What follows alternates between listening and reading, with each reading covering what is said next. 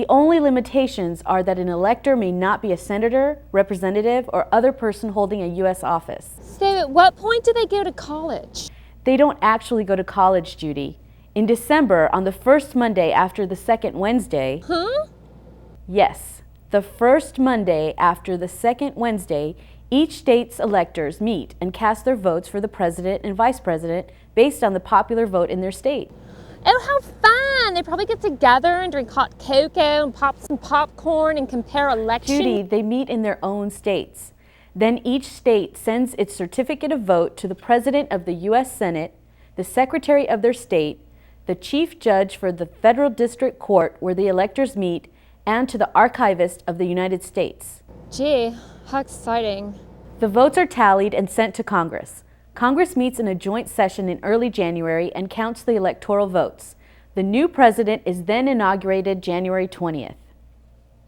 Yeah, well, glad I could give you that report on the Electoral College, Dana Big Mouth. Back to you. It looks as though the race is about to begin. Let's go trackside. No girly push-ups, come on! We will win. We will win. Hello? Hello? On your mark, get set, go! She loves me. She loves me not. She loves me. She loves me not. Hey, Mike, you're on the race. Oh! Mike Wallace is quickly left behind. The two are running very close, but it's Democrat who barely edges ahead of Old Party in Alaska, Alabama, Arizona. But wait a minute, there goes Old Party. He takes California, Connecticut, Washington, D.C., and Delaware. Here comes Democrat, blazing through Arkansas, Colorado, Georgia, and Idaho. Meanwhile, Old Party sails through Hawaii, Iowa, Illinois, Massachusetts, Maryland, and Maine. There goes Democrat, winning Indiana, Kansas, Kentucky, Louisiana, Missouri, Mississippi, Montana, North Carolina, North Dakota, and her home state of Nebraska. She's also got New Hampshire, Nevada, Ohio, Oklahoma, and South Carolina. Here comes Old Party, taking Michigan, Minnesota, New Jersey, New Mexico, New York, a big win there, and Oregon. The Democrat, where she has just won South Dakota, Tennessee, Texas, Utah, Virginia, West Virginia, and Wyoming. So far, Democrat has won 246 electoral votes. Old Party wins in Pennsylvania, Rhode Island, Vermont, Washington, and Wisconsin. That brings his electoral votes to 266. Green Party candidate Mike Wallace has won no electoral votes. One state left to go, and it is Florida. The winner of that state will have electoral votes needed to win the election. We are still awaiting the tallies from Florida. Well, as you've just heard, the election hinges on the vote totals in Florida. Right now, Old Party stands in the lead with 266 electoral votes. He is also winning the popular vote. Democrat has won more states, but many of them have smaller populations and therefore less electoral votes. Her total number of electoral votes stands at 246. To win the presidency, a candidate needs 270. And the votes are in. Democrat takes Florida. She will be the next president of the United States. Victory in Florida brings the total number of her electoral votes to 271, more than enough to win the race to the White House. Kim, we have word of an announcement from Republican challenger Grant Old Party. My fellow Americans, it's been a long race, one which I thought we ran well. And had I not pulled that hamstring way back in Tennessee, we would have run much better. But the time has come to acknowledge that Democrat, who has no doubt been aided by a better track position and copious use of elbows on the track way back in Colorado, has won this race. So I urge all of you to support the woman who, for better or for worse, will be the next president of these great United States. Thank you. What? It's over?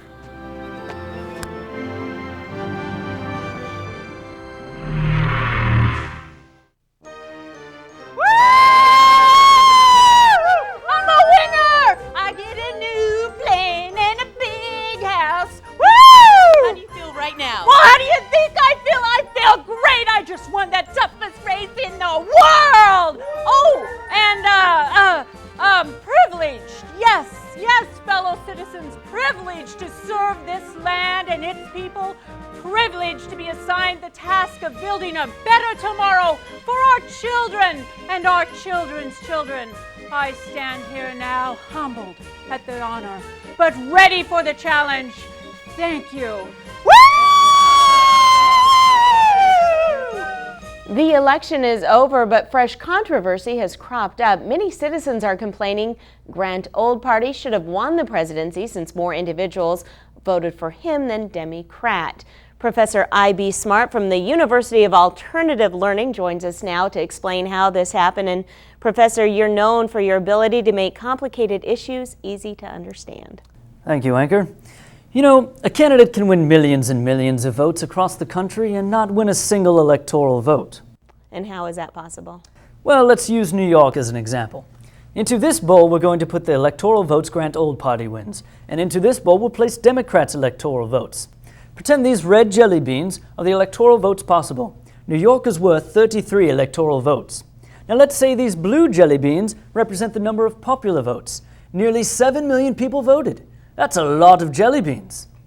Democrat won 2.5 million jelly beans, and Grant Old Party won more than 4 million. Does Democrat get any of the electoral votes? No, they all go to Grant Old Party because he got the most votes. Democrat gets none. So, all these popular votes she won, they don't mean much. Same thing in Florida. Okay, we've got 25 electoral votes possible and about 5.5 million voters.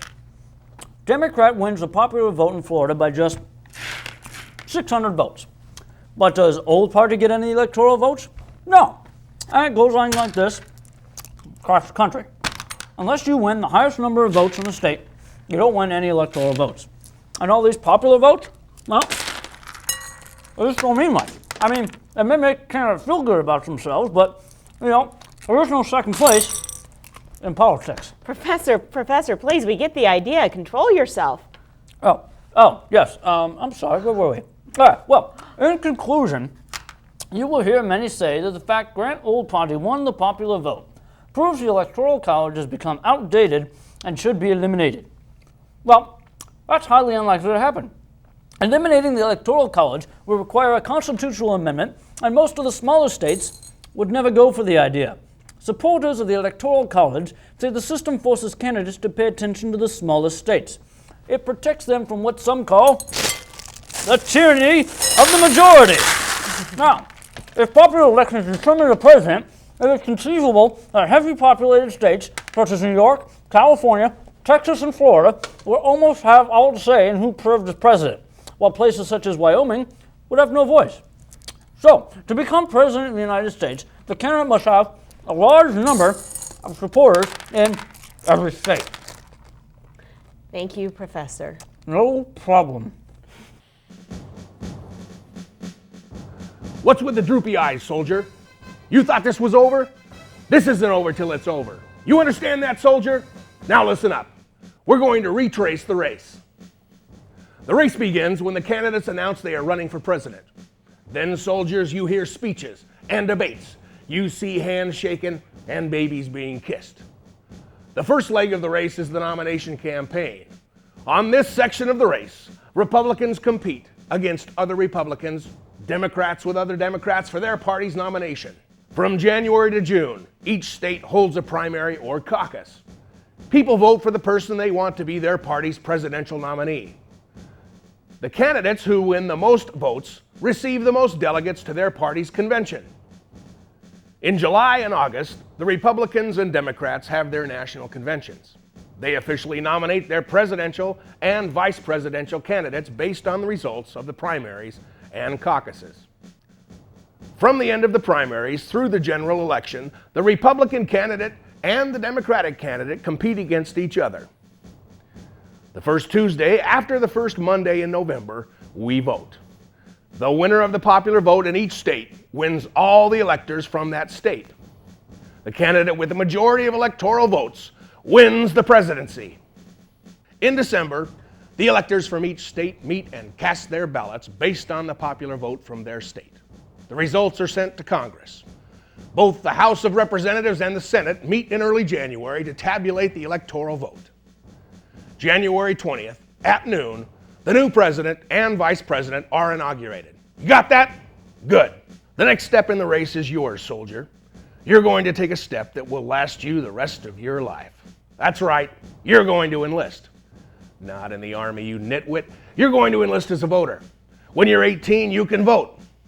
Because let me tell you, if you don't enlist, if you choose not to participate, then I never want to hear you complain about the government, about the laws, or about anything else. Do you hear me, soldier? Now, drop and give me 20. Maybe we should just switch mics. Could we do that? Anyone? Anyone?